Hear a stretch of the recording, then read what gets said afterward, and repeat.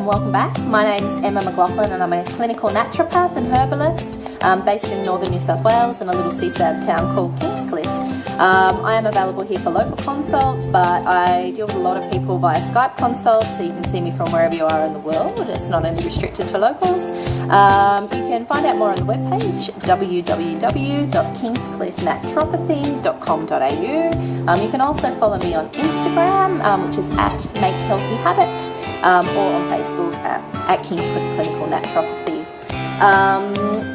Now basically I'm going to be following on from the last video where we were doing tummy time. We're talking about how to promote good tummy health, why it's so important. We talked a bit about the microbiota, and I want to expand more on that this time. I want to talk about microvilli, more about microbiota, and a little bit about munchie madness. I'm going to try and keep it at 10 minutes again, so if I don't get through it all in that time, we can move on to another video, and we will go from there.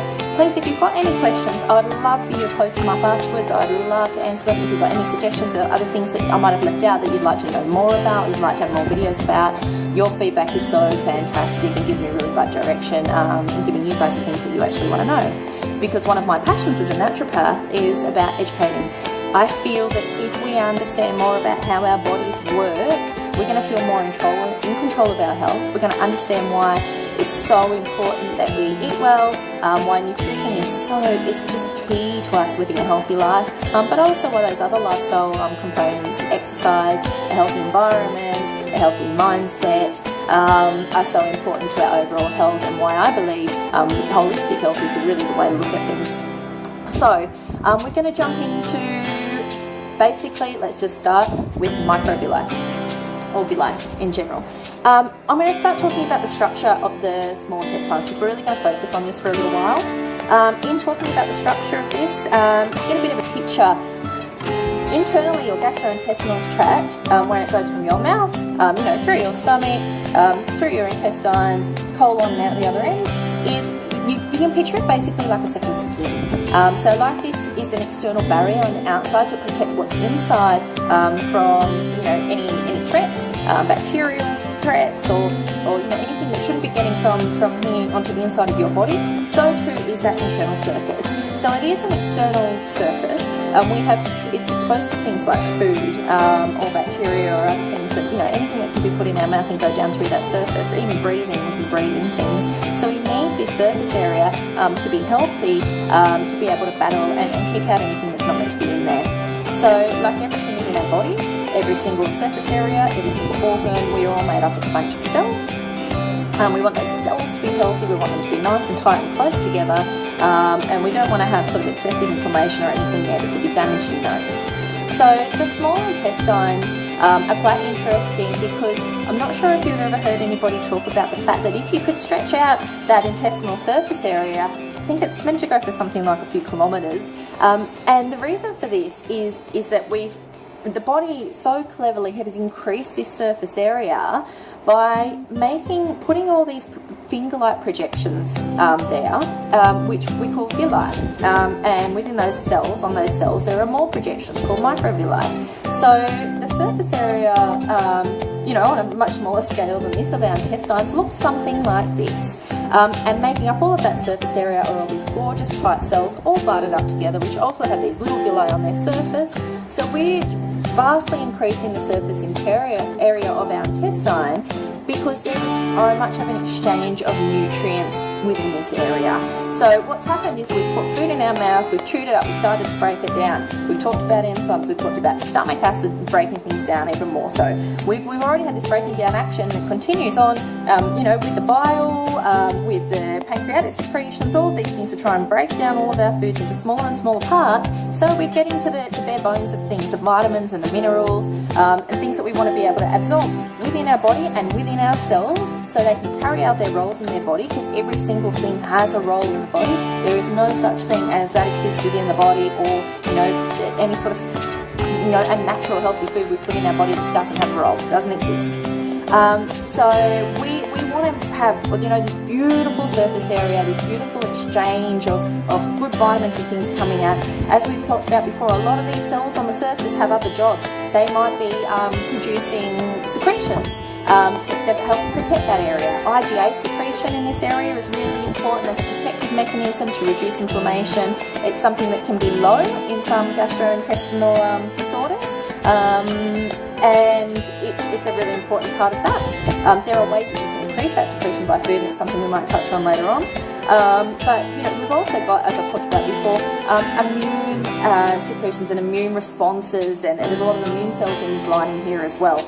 So we want to make sure that this is healthy so that our immune system can battle anything that might be trying to invade or get in, also to keep a balance between those good and bad bacteria.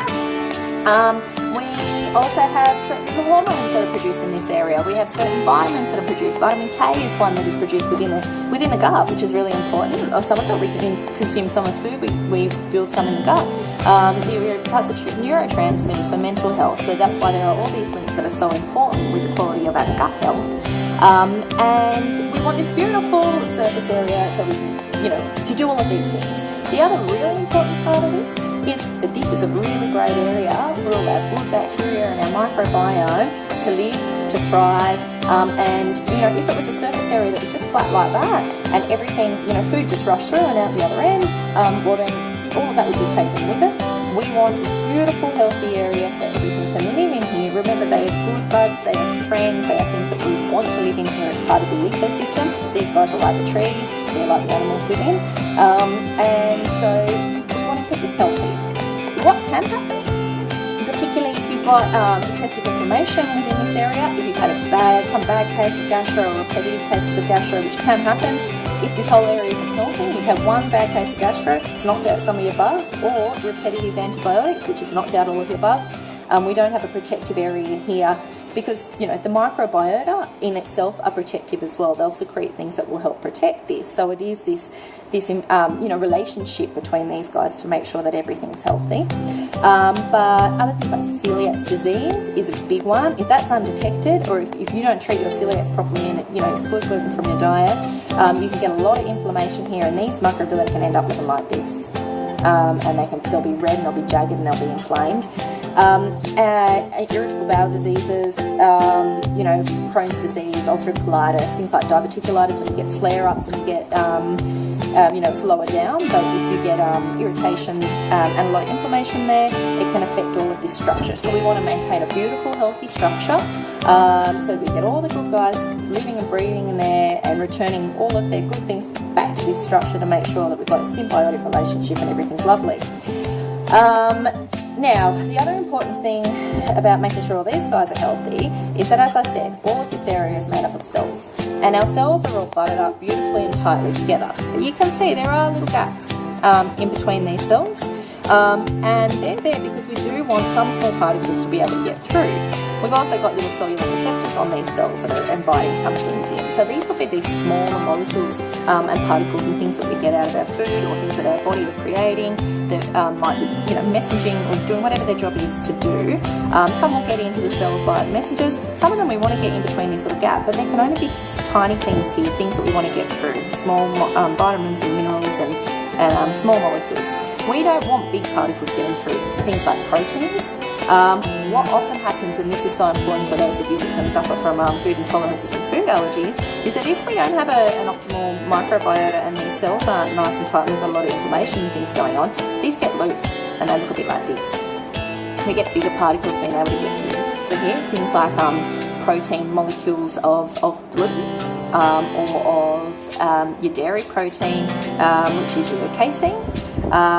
Lactose intolerance is a slightly different thing. It's got to do with enzymes and sugars, but also some of the sugars can get in here and irritate things as well. Basically, there are other things that will get through, but they're getting through into this intracellular space within our body, areas that are meant to be protected by this barrier and not be let through. And all of a sudden, our body freaks out and goes, okay, what the hell is going on? These guys aren't meant to be in here. Quick, mount an immune response. Bring these guys, your immune defences in, check out what they are, let's try and get rid of them, and then we'll get these symptoms of your food intolerances and your food allergies where your body is mounting a defense on something that it's not recognizing, and then that compounds, down the track as well. So one of the first steps in looking at food intolerances and food allergies is making sure this is nice and healthy and we're not getting any of these big guys coming through here, because I think it's not a good thing to be able to say let's just remove a food group overall. There are some situations like celiac disease or anaphylactic allergies and things where you would remove certain things, but most situations people are purely food intolerant because they've got not very good gut health, and by healing that back up you can get some of these foods back in and get some of the benefits out of that. Dairy's got a lot of calcium, it's got a lot of vitamin D, it's got calcium, a whole heap of things, protein, a whole heap of things there that are really good for us, and I don't think that there's a natural food that hasn't been thoroughly processed that is bad for us. So I've hit the 10-minute mark.